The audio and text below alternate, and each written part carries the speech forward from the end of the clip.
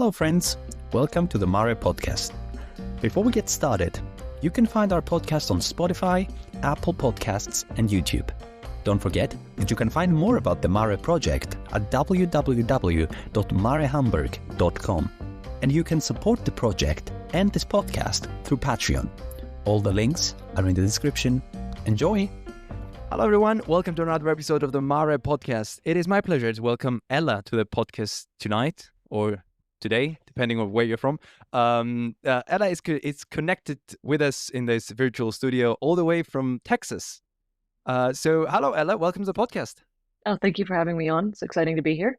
Of course. So Ella is doing a PhD at Texas AMU at the moment. And do you want to talk to us a bit about yourself and where you started before I should absolutely. introduce you? You can do Yes. this. So I started out almost 10 years ago. I went up to Oxford to study archaeology and anthropology. About a year and a half in, I took a sort of leave of absence for several years. And during that time, I was back home in Canada, where I'm from the West Coast originally. And when I was there, I was working on passenger ferries. And in particular, I really enjoyed working as a deckhand, which meant I was doing a lot of ship husbandry. I was working on the bridge, standing lookout, all the rest of those things. And when I came back to Oxford in January of 2020, which was fantastic timing, I realized that I really wanted to do maritime archaeology. It was an option. I decided, let's try this out. Let's see how it goes. I think I got about 2 lectures in and I was like, okay, this is it. This is it, 100%. I've grown up around ships all my life. When I was 14 years of age with my school, we actually spent about a week on a tall ship. I've just always been around the water. I've always loved it. And so it's kind of one of those things you look back on and you realize it's sort of inevitable that you ended up where you are. But when I was at Oxford, during my undergraduate sort of last year and a half, I started really to think about landscape and ships and how those two things interact.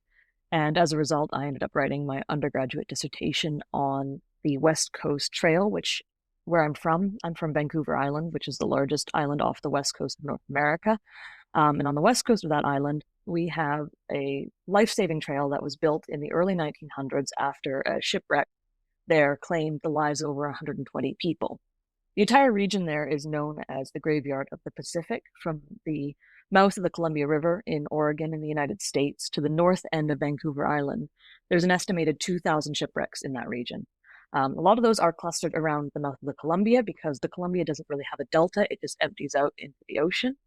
But a lot of them are also on the west coast of Vancouver Island because it sits about 45 degrees at an angle 45 degrees off the coast, and ships traveling north from the United States, if they were trying to go to Seattle or Vancouver, which they would have to go through the Juan de Fuca Strait, which is just the southern end of Vancouver Island, if they missed that, they would end up on the rocks. And so I was specifically looking, the area of the West Coast Trail is now a national park and reserve in Canada. And that region alone has about 200 known shipwrecks. So it's filled with old decaying remains of boats. And even if you walk the West Coast Trail today, which many people do, it's now a recreational trail. You will find there's just boilers, bits of ships just scattered across the beaches. So it's a really fantastic place. And I realized that not much archaeology had been done about it. I ended up working with Parks Canada. They were very, very generous with me, gave me fantastic resources, including some of their unpublished material. But it was really exciting because it was, the first time I felt like I was able to look at this through the eyes of archaeology rather than just, the standard sensational history books we tend to get. So that was my undergraduate. And then for my master's, I returned to Oxford. I was still interested in boats, figured that was what I liked to do. And it actually took me quite a while to work out what I wanted to do with my master's. For a while, I was thinking about canoes on the West Coast, because Vancouver Island alone, we've got 3 major cultural Indigenous groups, and each has their own specific style of canoe, which is perfectly adapted to that region. So for instance, on the West Coast, around the area of the West Coast Trail, you will find the canoes have a very specific design that allows them to be launched into the Pacific Ocean, which has very high waves. This, of course, differs from what you find on the East Coast. But after a while, I realized that wasn't quite what I wanted to do. And so I considered my own heritage. And so my past, my heritage is Métis. We are one of the 3 Indigenous peoples of Canada. My ancestors were fur traders and Indigenous women. They married, they had children. Those children developed a community, a language, a culture of their own. So we are the Métis people. Our sort of ancestral homeland is around Manitoba, which is the center of Canada. And so in Manitoba, of course, this was the heart of the Canadian fur trade. So fur trade in Canada began very early on the East Coast, some of the early contact there. But it wasn't really until the sort of 17th, especially into the 18th century, that we really see the proper growth of the fur trade. And this is because in 1670 or thereabouts, we get the establishment of the Hudson Bay Company. Now, you also have the French in Canada as well, and French fur traders and British fur traders operated very differently. The French fur traders, they were largely their own free agents. They would go out, they would make contact with communities. A lot of them married into communities. They would trade for furs, they'd bring it back. But the British, of course, did things differently. They operated along similar lines as the East India Company in terms of having these company forts. And so these were built along the coast of Hudson Bay, which is, of course, the big bay in Canada.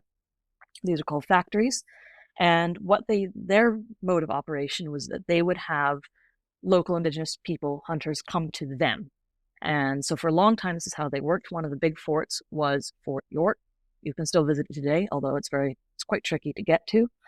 These would be connected to each other via, the trade company would be using small schooners, things like that, or small vessels, rather, I should say, to connect to each other. Inland, though, as I said, this was mostly done by Indigenous people who were then bringing it to the fur traders on the coast. From there, that would all be shipped to London. However, after the British gained control of Canada in the 1750s, we see a shift in fur trade. This is also driven by increasing demand for furs as well as decreasing availability of furs and pelts. For instance, by the 1790s, around James Bay, which is a small bay off the Hudson Bay. I say small, you have to understand this is Canada small. It's quite big. But in the area of James Bay, for instance, by the 1790s, we had an extirpation of swans and other feathered birds because they'd all been captured, they'd all been killed, they'd all been taken away. So we are seeing an increasing drive towards the west as fur traders are trying to get more and more furs. This is also, of course, exacerbated by any types of, diseases within the animals, things like that, climatic changes. It's not a great situation. So we see a change in the British style. They're starting to move inland. They're no longer confining themselves to the forts. And by the 1820s, we see the Hudson Bay Company. This is the company that was established in 1670. They have a monopoly. They have managed to beat out all the other fur traders. They have gained complete control over this place called Rupert's Land. Rupert's Land, about 40% of modern Canada, larger than modern India. This is a huge area of land. They have control. They are the ones who are essentially the government there. Of course, you do have Indigenous communities, but these communities throughout the centuries have been affected severely by disease and other things. So that is the basis of my research for my master's. I was looking at what the role of waterways was in the rise of the Métis culture. I looked at that through the lens of the different vessels and vehicles they used. So for instance, we've got our standard birchbark canoe. Of course, you also have the York boat. This is the boat that becomes so important for the trade of the Hudson Bay Company. I argue as well, slightly controversially, that we should consider the classic Red River cart a form of maritime transport, technically speaking. So these Red River carts, they're very simple carts. They were built by the Métis. They could travel very long distances, unlike your stereotypical pioneer wagons, the Conestoga wagons we've all seen pictures of with the canvas hoods and all the rest of them. Those things were absolutely terrible. They had a lot of iron components. Those would break. If that broke, if you didn't have a forge at hand, which most people didn't, you couldn't repair it. Red River carts, on the other hand, were made entirely of wood and entirely of animal sinew and other material. And so as a result, they could be repaired fairly quickly. They made an absolute horrible noise when they were traveling because they had no grease on their axles. It's said that you could hear them coming from miles away. But the best advantage of them is in Canada, in America, there's a lot of rivers. And of course, you don't have bridges then. You need to be able to transport these carts across. So all they'd have to do, there's 2 wheels. They'd remove the wheels, strap them underneath. They'd get big stitched buffalo hide or bison hide. They'd put that over top, tie it all tight, and it would be a raft. Wow. And you could swim across with it and then reassemble it and get back on the buffalo hunt, which is usually what they were used for. So that was my master's thesis, essentially. It was a hybrid far vehicle. too theoretical. Sorry, it was a hybrid. Yeah, it was exactly. a hybrid vehicle. So why do you think it's controversial to say that it's a maritime vehicle? You look at it and you don't really. Your first thought is not this could technically be a boat or a raft, but it could. It could. I mean, it wasn't great, and you didn't want to use it for long term, but it was the best way to get things across rivers. Yeah. So if it worked, then it worked. It didn't need anything more than that. I mean, they were extremely practical, not very comfortable, not really, but they worked, and they worked better than most other types of vehicles. Oh wow. I mean, this is the thing, of course, within North America and the Americas, the wheel existed, but most terrain isn't suited for wheeled transportation. So a lot of concessions really have to be made when until of course nowadays when we have cars everywhere. So that is basically where I'm up to now. And my research now as my PhD, I am looking into those boats, those York boats. I'm looking into that transition between the use of birch bark canoes and then in the early 19th century, the introduction of these York boats. My specific area of focus is the Hayes River, and this is the river that ran from Lake Manitoba. Lake Manitoba is Lake Winnipeg, I should say. Please correct me. Lake Winnipeg is the 12th, I believe, largest lake in the world. It's huge. It's very shallow. And from Winnipeg, Lake Winnipeg, up to the mouth of the Hudson River, you've got the Hayes River, and it's about 600 kilometers or so. And all along that, this was the route that the York boats would travel, bringing the furs to the York factory. From there, they would be shipped all the way to London and sold in one single auction house. Oh, wow.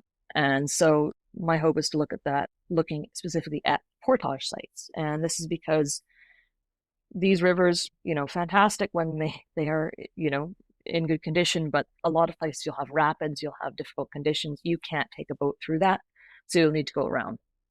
And so some of these portage sites, I've seen references, and this is the frustrating part of my research. I will see statements such as, this portage site has been used for thousands of years, and me as an archaeologist says, okay, well, can I see some archaeology about that? And I have difficulty finding it, but these sites were used over and over again because, of course, they'd be. It's the most sensible path. So I'd actually really love to go in and have a look at some of these portage sites, because people wouldn't just pass through in a day; they'd stay overnight. I found references to certain sites where they have things like pipe stems, other material objects that have been left behind by fur traders. So ideally, I'd like to go in and look at that. Oh yeah, that was my initial question was like, how do you research that? So it's obviously not a library with difficulty. Well, it isn't. I can actually do a lot of archival research as well, because obviously being a company, Hudson Bay Company kept fairly meticulous records. And in particular, what I would like to revisit, I've looked at it briefly during my master's, but I would like to go back and look at some of the journals of officers traveling on these brigades of boats, whether it was canoe or York boats, because they'd often, in true 18th century British fashion, they would be meticulous about recording latitude, and sometimes eventually later longitude as well. So it's that kind of information is very useful, because then you can see, does it actually align with the river? Can we see where they're stopping off? Can we measure distance? How far they're traveling in a day, etc. So there is some data. Now, the difficulty, of course, is the archaeological material. Obviously, being a boreal forest in a lot of places, there isn't necessarily the best preservation conditions. There is, as I am only aware of one historical York boat that is still in existence. It's at Lower Fort Garry Park, or National Park in Manitoba. It was built in the 1920s. They were still building these things up until the 1920s, 1930s. The rest of them, I've seen very elusive references to comments being made about them being in swamps. If I could find out which swamps, that would be very useful. But that is the difficulty. And these things, they were meant to last about 3 years. Birch bark canoes are even more difficult to find in the archaeological record. They tended to have a lifespan of just a year, as used by fur traders. Within indigenous communities, that's a different story. That being said, birch bark canoes, there are extant examples in museums. So, for instance, the Pitt Rivers Museum in Oxford, I believe, has one that dates to the 18th century, and it's been identified, I believe, as coming from around Quebec. But that kind of thing would probably I may end up looking into as well to sort of see what's out there, the availability. But in terms of material goods that exist, there are trade goods, and that is the one thing that would be very exciting to find. Things like axe heads, beads, all of these different components that were brought over from overseas. Cloth was a huge thing as well. We obviously wouldn't expect that to survive. But there's been, in the 1960s, there was some really interesting work done in, I believe, Minnesota, but I may be incorrect, in that region of the United States. And they actually looked underwater and found archaeological assemblages of accident sites. So things like axe heads, as I said, all these things they'd find on the bottom of rivers. Yeah. Of course, it's very difficult to do. That kind of dive work is not easy. You're working in strong currents and dangerous conditions. You have to be very careful. I'm not sure that I'm the primary investigator for that kind of thing, but it does exist. So it's out there somewhere. My challenge is, of course, just trying to find that. That's super. So first of all, a clarification question, because that's the first time I'm hearing most of these terms. So is it a York boat, as in, yes. like we say, so York, as in the city area of York. in the UK? Oh, the city of York. Yeah. Okay. Yeah. So it's a York boat. Okay. Yeah. So the York boat, named for Fort or York Factory, I should say, which is this fur trade fort on the Hudson Bay. And there's now, of course, there's also a modern community called York Factory. Okay. So this sounds like a very, I don't want to say niche topic, but a very, very specific topic. It is a very specific topic. And I was wondering, do you know anybody else who's working on this stuff? Or is it just you against the world? There's a few others a few other archaeologists that are working on fur trade material. So I apologize because I don't know how to pronounce the surname, but I think it's Cipolla. Cipolla, and Allard. They've produced some really interesting things in the last few years. However, and if there's someone out there who does this and would like to contact me and I could pick their brain over it, within Canada at least, I am not aware of many people doing this. Which is a shame, because it's such a fascinating part of history. It's important. The rivers in North America, I very strongly, my kind of controversial hot take, I'll talk about this at the pub kind of thing, is that we need to start looking at the rivers in North America the way we see the Mediterranean in terms of its ability to connect. All right. Throughout history. Because I'm a bit, judging from where I'm from, I don't know how many rivers are in Canada or how they were used. So, well, okay. According to the WWF, according to Canadian Geographic, there are more than 8,500 named rivers in Canada. Overall watershed area, that kind of information I don't have to hand. But there are a lot. There are a lot of rivers in Canada. So how did you envision this? How did people use the rivers in Canada? Because you said you compared it to the Mediterranean, so in terms that's a high bar to reach, I think. Yeah, well, it's slight hyperbole, but I mean, one of my favorite examples is, so in the modern city of Winnipeg, they were doing excavations about 20 some odd years ago, and there's a site called the Forks, which is where two major rivers, the Assiniboine and the Red River, converge. And this site has thousands of years of history of archaeological material. One of the most exciting things they found was a conch shell that came up from the Gulf of Mexico, or Gulf of America, I suppose I should be saying now. Oh my God! Wait, what is that? What is that? Say it again. What did they find? What did they find? A conch shell. But yeah, I mean, going back to my point, this is sort of irrelevant, but you find materials that have come from great distances in, Manitoba, which is in kind of, it feels very far north. It's actually more kind of like the middle of North America. But you do find all these things there that came up from the rivers. And of course, this is what built the backbone of the fur trade.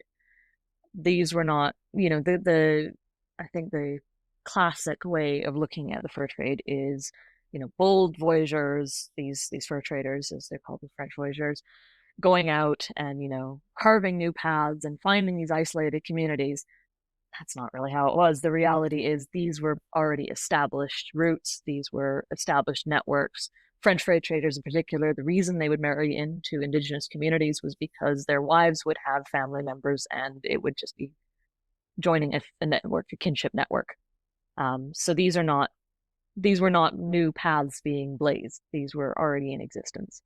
Of course, the difficulty is trying to look at pre-contact riverine trade can be tricky because, of course, a lot of things that would have been traded were things that don't necessarily show up well in the archaeological record.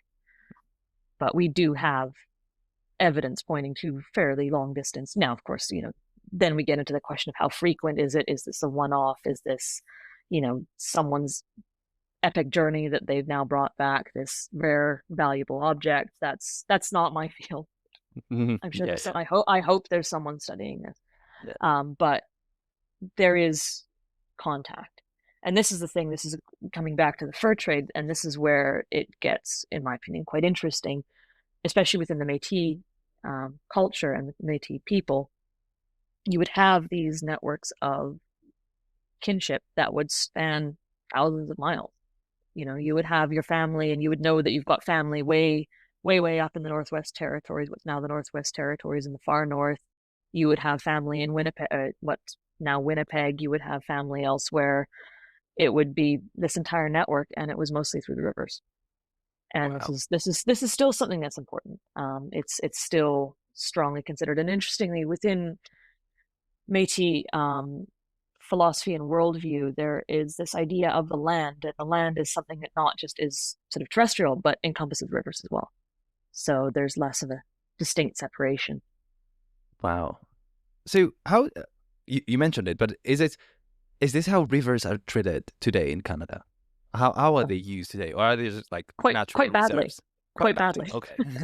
I mean, so this is, I'm sorry that I wasn't able to go to do this, because at the time I was fresh out of high school and I was working full time. But my mother and my stepfather, actually, they're crazy. They took a sailboat, about a 12-foot sailboat, from near the glaciers in the Rocky Mountains, almost all the way to Winnipeg across the prairies. Oh, wow. So the idea was they'd sail. My stepfather ended up rowing most of it. But it was really interesting for them. And I think that may have also influenced why I ended up doing this, because of their stories. Because this was the first boat that had traveled like that since the York boats. True. Okay. So it was really, but I mean, the condition of the rivers in Canada, a huge issue is, for instance, water sovereignty is a huge issue.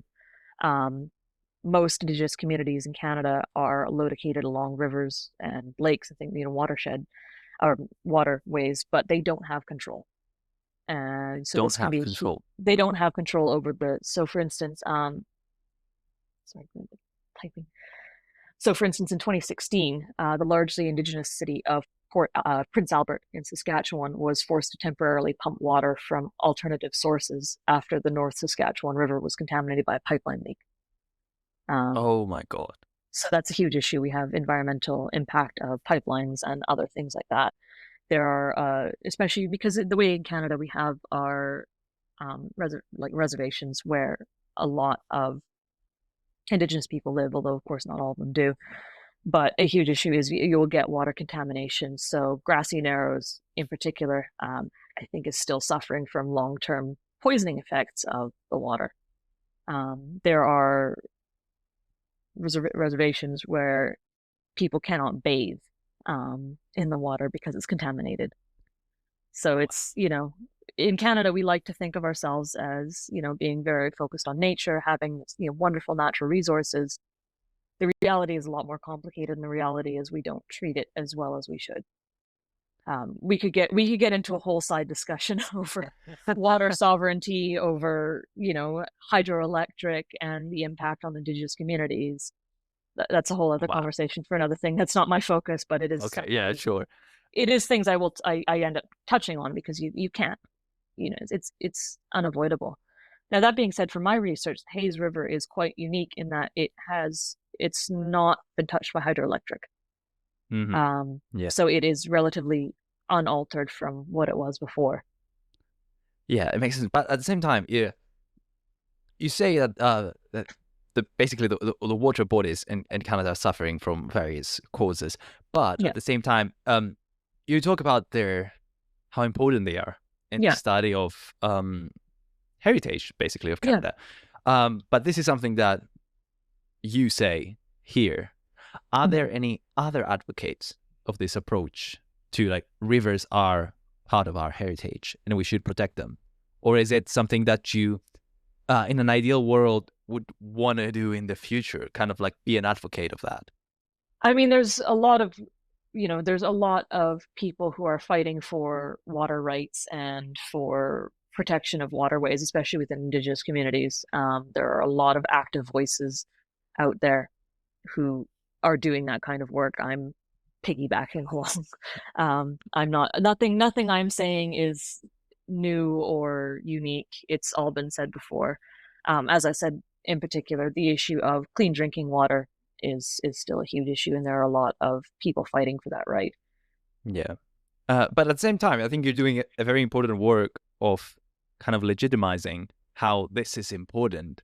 And this is not, I mean, I'm talking about it like it's a small thing, but this is not just about clean water, about drinking water. Like, obviously that's super big, but it has layers to it, it has levels to it. And I think it's a very, very, very, very interesting way of seeing things. And I'm trying to think of any other, if I can think of any other examples of waterways being treated like that, and I can't think of any. I don't know if there are any other comparisons, if you know, throughout the world. I this is stuff I should look into more. Okay, sorry, I'm pushing it, but you said no, it's fine. Into it, and I was like, let's push it, let's see how far we can go. Yeah, I mean, I'm just looking here at my notes. I mean, sort of the statistic is 90% of indigenous communities in Canada live by water bodies, but the majority are administered by the federal government. Okay. Which means that they have little control over it. And that, I think, that to me is, if there's one thing I can do with my work, emphasizing the connection with waterways, the importance of waterways, and the fact that they are not something that can be separated from terrestrial heritage. It's all one and the same. And that's, I grew up next to the coast, so I think that might be why, I don't see, there isn't a distinction between, there's not as much of a distinction between land and water as we like to think there is. And that has been explored in great detail by other scholars, in particular Ben Ford. His book, The Shore is a Bridge, which talks about the Great Lakes, is particularly interesting, particularly informative for me. I've relied on that throughout many theses now. But it's something that it is definitely in the background of my research, because that is always a question I'm asking myself is, we as archaeologists, we love our work. We think it's endlessly fascinating, but it can be difficult to communicate the value of that to other people. It's very easy to just look, okay, well, we're looking at old boats. Okay. Who cares? What does it really matter? We know it matters to us. Of course. And we understand the social impact, but. So how do you communicate this, your research, your conclusions, your results, your thoughts? How do you communicate them to the public if you were to tell someone else and not like yourself, or if you want to tell yourself? So how do you envision yourself doing it? I mean, I think going forward, out of my PhD, what I'd really like to do is just be able to, I have a feeling I'll probably have to write a book. And, just communicating through that, just this sort of overlooked aspect of the past that, up till now has often been viewed through, only really looked at into detail by people who are just, very interested in the subject, but not towards a broad audience. And that's, of course, that's the challenge. I mean, that is generally the issue is I'm always wondering to myself how to better communicate, how to involve other people in my research, make what I'm doing more clear, because it's, as I said, it can be very easy to just think, well, I know all about it, it matters to me, but how do you communicate that? And I think my unfortunate feeling is I probably have to get better at social media. So this is very important, right? Because I also think that the natural thought process of an archaeologist is that I study something, I think it's important, I should communicate it. How do I do it? I write a book. But of course, the problem with books is that they need to be read, right? And you also need to make sure that you are writing something that's actually readable and engaging. Yeah, because you don't only have to convince your readers. Before that, you have to convince publishing house that this is and very of course important. there's the different types as well. Of course you can have your much more standard academic book that will be read by specialists in the field, or you can try and make something a bit more popular. But of course there's challenges with that because you often have to simplify. You have to be very careful how you go about that, so you're not just making it a very nice easy story and ignoring a lot of the nuance because you think that people won't get it. Yes, true. But you also said that I should get better at social media. And I think a big problem with that is that, for example, a lot of archaeology is being communicated, for example, through social media, right? Mm-hmm. Through small videos like quick reels or TikTok videos or stuff like that, which are maximum 10 seconds long, 20 and seconds long. Yeah, trying to communicate. Yeah, how do you fit a whole book in 20 seconds? You just say a catchphrase, right? And you just move on. So on one thing, it's important to communicate it and get people interested in it by kind of clickbaiting them into, did you know this and this and this and this? But at the same time, if they're not interested enough to research it further, they just stuck with an information in their heads that they lack context of. You need to be very careful how you do it. So it's a challenge. I see what you're saying. Like, oh yeah, we need to get on social media, and I agree. Yeah, I completely agree, and I love when people use social media to do that. And there's so many pages dedicated to archaeology throughout the world. But at the same time, I see what they're like doing. For example, writing a title, like a nice catchy title, a nice picture, and then there's a link that you need to read 13 pages to understand what's going on. Yeah. And I doubt that people will do it. No, they won't. So how do you communicate archaeology? It's a very difficult, tricky. It is a difficult one. I don't at the moment have any concrete answers in terms of. I mean, yeah. What best to do. I mean, I don't know. Podcasts are good. I found the podcast is really good, actually. Not like this podcast, no self-glazing here, but like podcast overall. And I think there is a rise in historical archaeology. Well, I mean, I know. I think the rest is history. I think sold out the Albert Hall. Yeah. I mean, the rest is history has like, I think it's the biggest, maybe bigger podcast about history. Yeah. And it's so good, right? It's so interesting. Yeah, it's informative. It's digestible. Yeah, but fun. It's also it's accessible. That's the thing. True. And that to me is, I mean, that's my. I mean, I've kind of I'm repeating myself here, but I think that's my big concern is just.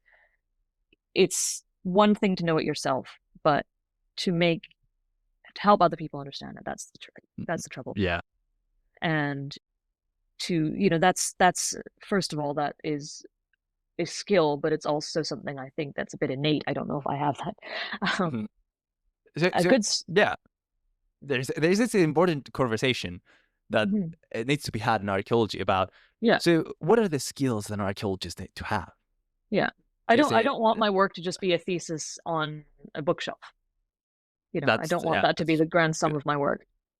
Exactly. So I think, for example, what comes to my head now is if we move past podcast and we go to YouTube, I've been watching, I don't know if you have seen Oversimplified. Okay.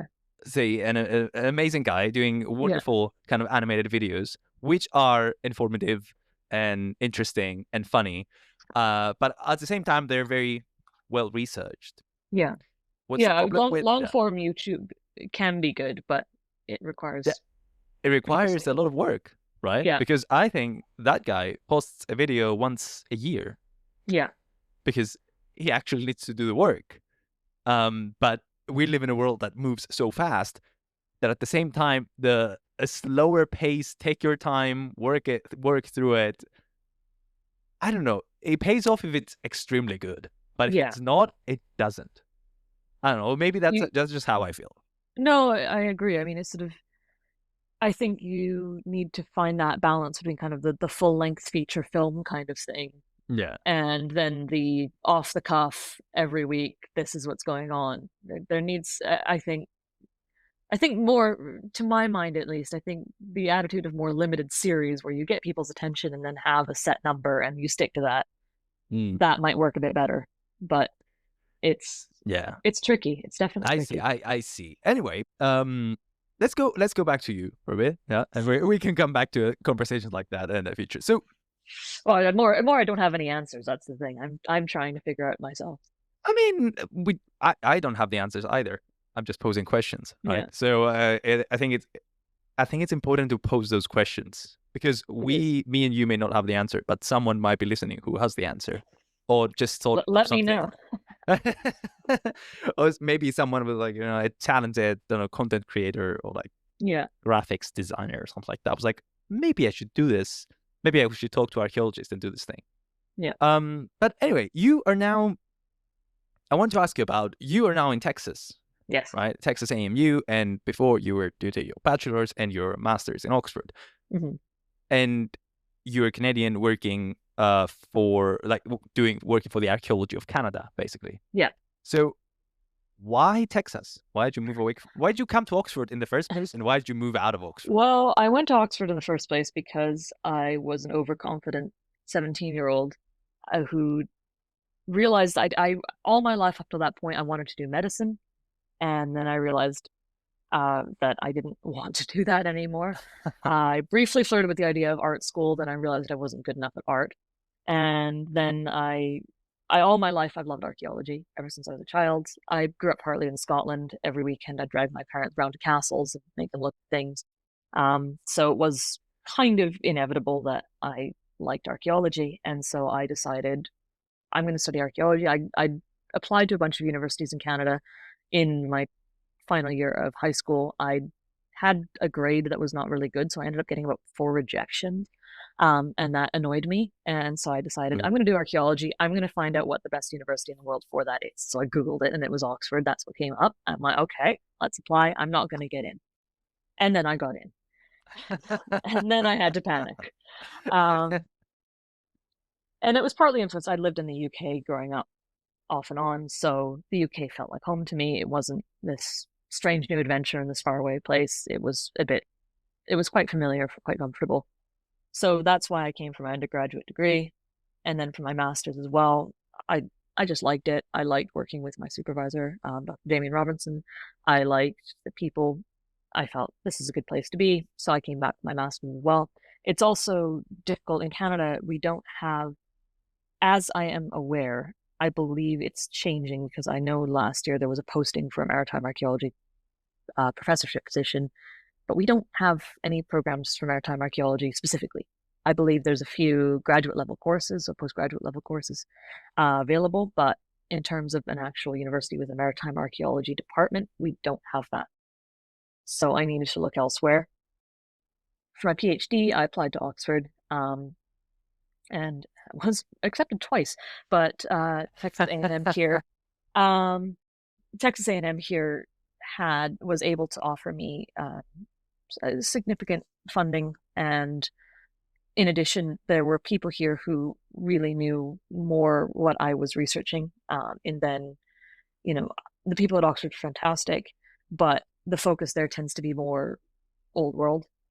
And my research and trying to conduct North American research from the UK drove me up the wall a few times. There was one time in particular I remember I had to email, I think I emailed Harvard University to get a specific scan of a chapter because no other, I think that was about the closest geographical university that had a book I was looking for. when I was actually writing up my master's thesis, the best resource I ended up finding was actually my local public library in Vancouver, because they had a lot of books on it that I just couldn't get in the UK. So that was also the geographic motivation. We have a lot of people here at A&M who are studying or looking at modern North American shipbuilding.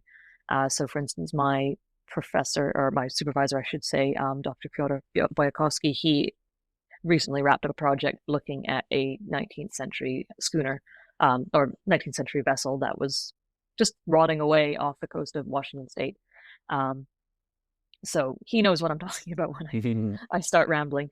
So that's partly why I came to Texas. It's been an adjustment. Texas. It's great. There's a lot here. It's never dull, that's for sure. But the university here, the people here have been really fantastic. The project, there's you can't be bored in this department. We're really lucky. We have the entire lower floor of a 3-floor building. Nice. So we take up an entire floor here, and it's nice. filled with all kinds of things, and yeah. Wow. So I just realized that I've been calling the university Texas AMU for the past 40 minutes. I mean, you're not Texas entirely right. It also goes by TAMU or like TAMU. Yes, that's what I had in mind. Yeah, it's my fault. Texas A&M University, no Texas AMU. But yeah, I mean, that's all right. Anyway, yeah.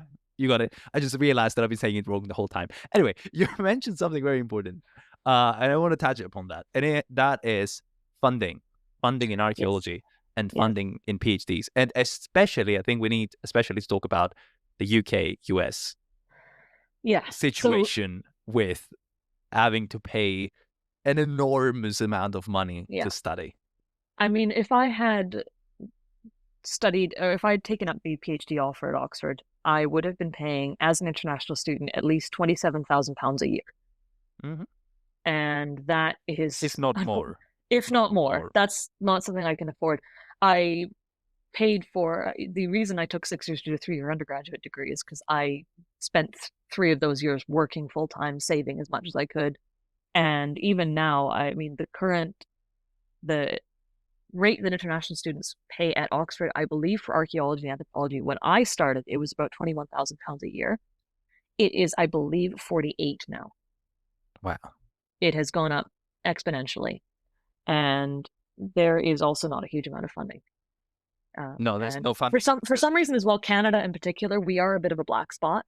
There's very little funding for Canadians studying in the UK.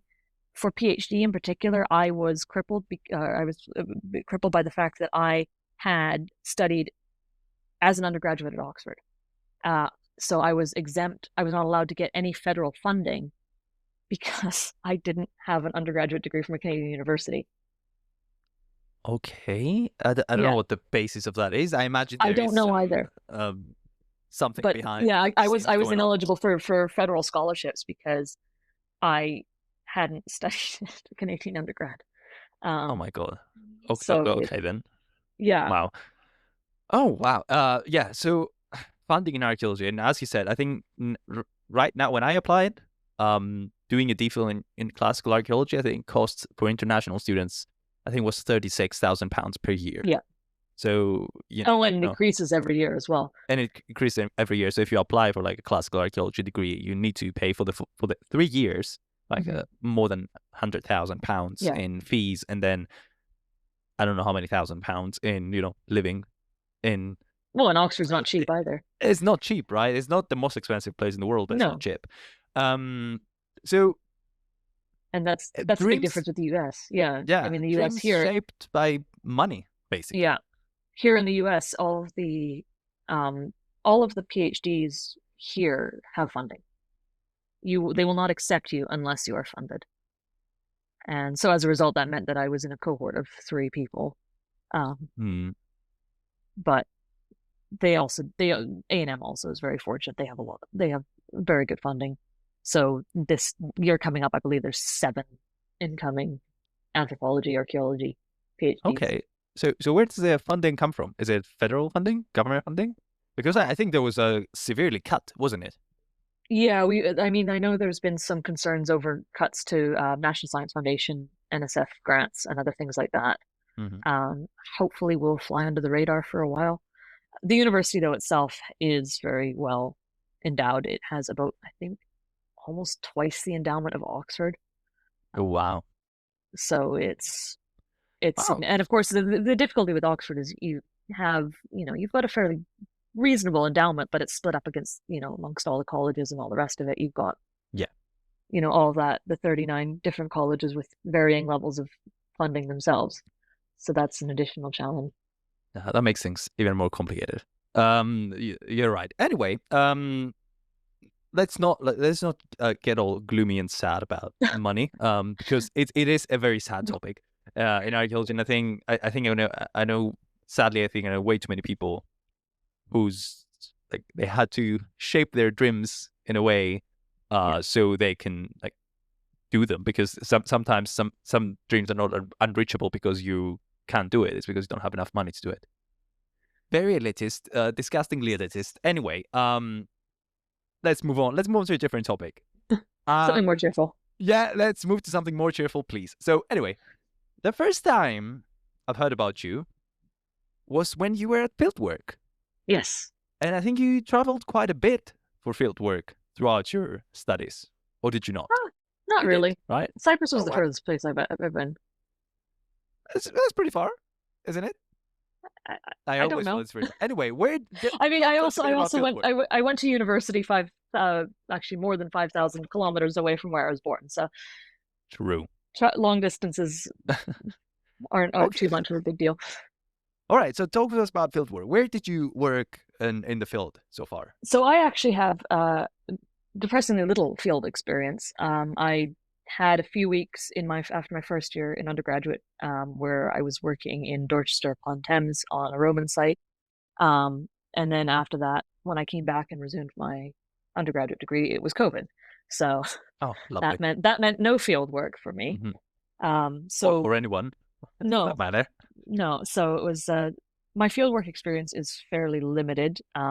This summer, hopefully, fingers crossed, all will go ahead. I'll be doing some work in the Mediterranean, but we'll see. That's classic case of just waiting for permits and all the rest of it. All right. Is it maritime stuff? Yes. Yeah. It's a Hellenistic wreck. Ooh, even more interesting. Can you tell us more, or can you not? I don't know how much. Like, okay, I think it's not a secret, but it's Can you tell us the country? Turkey. Hellenistic shipwreck. Turkey. It's near Bodrum. Yeah. Oh yeah. Is it the one that Ludwiger wrote an article about? I don't think so. It was discovered back in like the 1970s. But basically half the site, I think, was buried under boulders, and so they left it alone for a very long time, and now they're returning to it. It's Serch Lamana, but the Hellenistic shipwreck, not the famous glass shipwreck, which is all the million pieces of beautiful medieval glass. I admire people who are working with like glass typology when there's like 11 million different types of glass vessels. Well, especially the one, the Serch Lamana glass. I mean, this is going off on a tangent, but the Serch Lamana glass shipwreck in particular is because these were already broken pieces being used as ballast that were going to be taken to, Constantinople and then recycled. Yeah. So already they're in bits. And now there are poor scholars who are sitting there piecing them back together bit by bit. Oh, yeah. The results are fantastic. Absolutely beautiful. I think it's one of the largest collections, if not the largest collection, of medieval glassware. It's crazy. I get PTSD just by thinking about it. Like the people having to do that puzzle. I think you need to be a Zen. Yeah, I can't even imagine it. I mean, I suppose what they do is like they separate them by colors, I imagine. Yeah, it's and a then jigsaw, by thickness or something, and then just try to figure it out. I should get a glass specialist. I don't know any glass specialist. I should get a glass specialist in here. Anyway, to talk about glass, Yeah. So, but yeah, that's going to be hopefully my fieldwork this summer is just getting more experience, especially underwater, as a maritime archaeologist. Even though I realize with my own research, it's almost probably going to be terrestrial. Yeah, but at the same time, I don't think it's super important and super nice to do underwater stuff, right? Yeah, and I If mean, you it's can, something I'm why not? interested in, and looking forward, I would love to, for instance, work with Parks Canada, our National Park Service. Mm, They have an underwater archaeology team. they That do. would be Yeah. that would be my absolute dream to work with them. But so this kind of experience is useful and it's interesting. So It's what do they good. do in Parks Canada? I think they're doing the Arctic stuff. Yeah, there's a lot going on in the Arctic right now. So obviously the most famous ones are the Franklin expedition shipwrecks, Yeah. HMS Terror and Erebus, which are Or- ongoing. There's a few others as well that are up there. And of course, with climate change, it's really important to start that work because things are changing very rapidly. We of course also have the Great Lakes, and that's a whole other kettle of fish, Mhm. especially in terms of climate change, because you're seeing invasive species, which are of course degrade. Things like zebra mussels are massively Yeah. degrading the wrecks that are there. So Oh, and I mean Canada in terms of this is, I feel like we're going down a slightly depressing rabbit hole, but Canada is one of the countries that is experiencing climate change the fastest. And yeah. it's very evident. I mean, for my own field work, something I'm concerned with is if I'm going to be going, if I'm going to be doing any field work in Manitoba, I'll need to be aware of the fire seasons because, every year now we're getting worse and worse wildfires, and that's a huge issue. It is. I think throughout the world nowadays. Yeah. Well, but if you say that Canada is affected more than any place, I imagine it's terrible. Yeah. Even though sometimes fires, they bring up They can be archaeological useful for evidence. archaeology. Yes. Yeah. Well, The- the thing is, you'd want us to time it so you're going afterwards when yeah. everything's clear cut for you, basically. This conversation has gone dark real quick. I'm sorry. Let's hope that there's no wildfires. But if they Yeah. are, Yeah. let's hope they're small and they, Time it right. yeah, time it right. No, don't burn the whole country down. Yeah. Just a I bunch. will say sometimes I do admit I do wish that I'd studied things that were a bit more ancient because I feel like it's the trouble with my field is in my particular focus is I'm very aware of the long-term negative impact that a lot of this stuff has had. Yeah. And it's a bit unpleasant, but someone needs to face it. So Yes. Someone needs to face I'm it. not So going to shy away from it. Yeah, if you were not doing what you're doing and you did something more ancient, what would you be doing? Ooh, that's a good question. I mean, I often just think to myself that it would just be nice to, have like this one Roman shipwreck or, one Oh, Hellenistic shipwreck that I'm interested in, and that's my thing, and that's what I look at, and I never have to worry about anything else. All I'm worried about is whether or not it's Etruscan or whatnot, that kind of thing. I think we're past that stage I know, in the I know. archaeology as a That's the discipline. trouble. That's the trouble. I want to be an archaeologist 100 years ago. Just let me do my thing. There's no regulations, no rules. I sit around. Everything. We'll make everyone else do the work. And I wear a suit. The colonial dream, Oh my god! Yeah, I'll wear a suit to the trench and like take pictures with finds, like looking, staring Okay, at look them. at this thing I dug Yeah. up myself. Oh my god! It's, and everything you write is innovative, right? Yeah. And you suddenly become of course, always expert. father of something. Yeah. Even if you're wildly wrong. Yeah, it doesn't matter. You're the father, quote unquote, father of X, Z, Y archaeology. The reality is, if it's easy, you're probably doing something wrong. Yes, that is true, and I think that's a nice message to send to people maybe wanting to apply for a PhD or a master's or something, a research degree. That if it sounds too easy, it's probably not very good. No, and I think it's also important. I mean, a huge thing in our field, I think, is also understanding our own place in it, our own position, looking back at ourselves and saying, why are we doing this? What is the value of this? What are we, what is it about this that matters so much to us that we feel the need to do this? I mean, I know, So what is it? For me.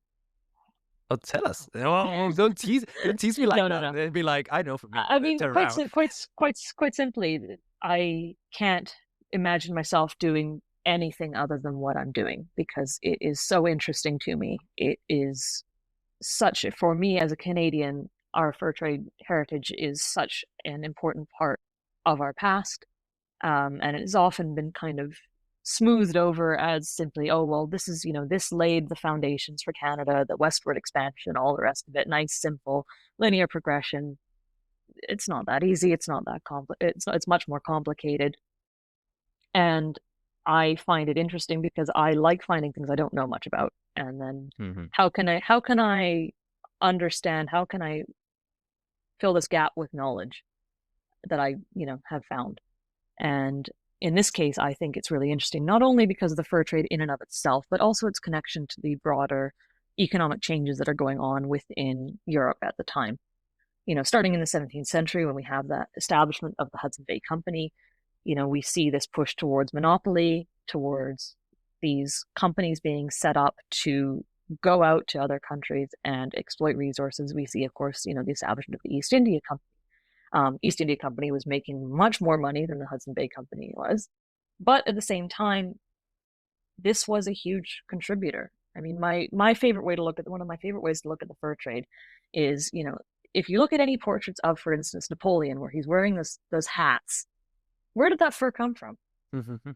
It came from Canada. It came from Canada. It did. It would have been, beaver pelts that's where it came from. Nice. Yeah. And that's the connection. It's easily overlooked, but it did have a big impact. Yes, true. And you know what I like about our conversation today is I like how you use those external kind of factors to do archaeology about the internal, to use them as a mirror to what was going on the inside. Because we talked about like a bit about the development of archaeology, I think, and maybe because me being a Cypriot, I think there is a problem.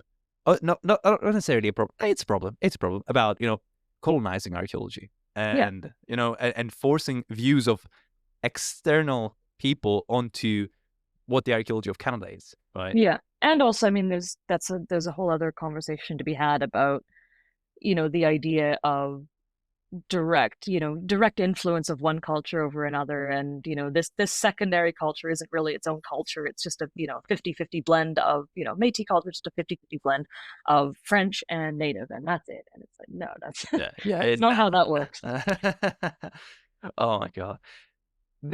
Okay, so I'm gonna wrap this up here. Even though I feel we can be talking about things for the next 2 to 3 hours, I won't. I will wrap the things here. So do you have any closing remarks for us?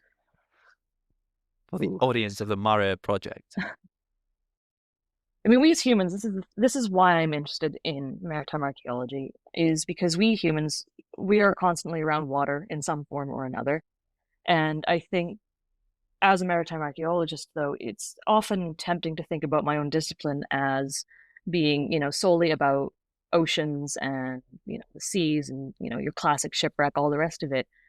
But those oceans are fed by rivers, and that is where my interest lies. Where do we separate the inland from the sea?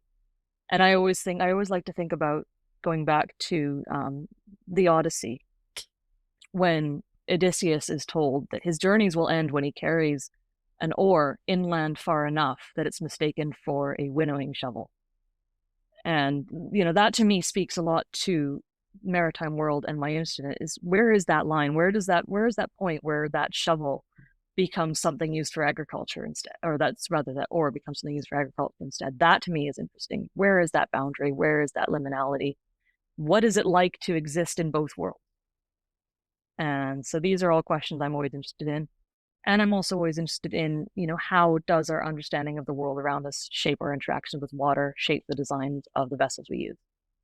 So it's this ongoing dialogue between the world around us and ourselves. That's essentially what it is. That's a bit rambling, but I hope that captures something. That was amazing. Ella, thank you so much for being here. Thank you for your contributions. Thank you for this wonderful talk. And for the rest of you listeners, I'll see you all next time. Bye.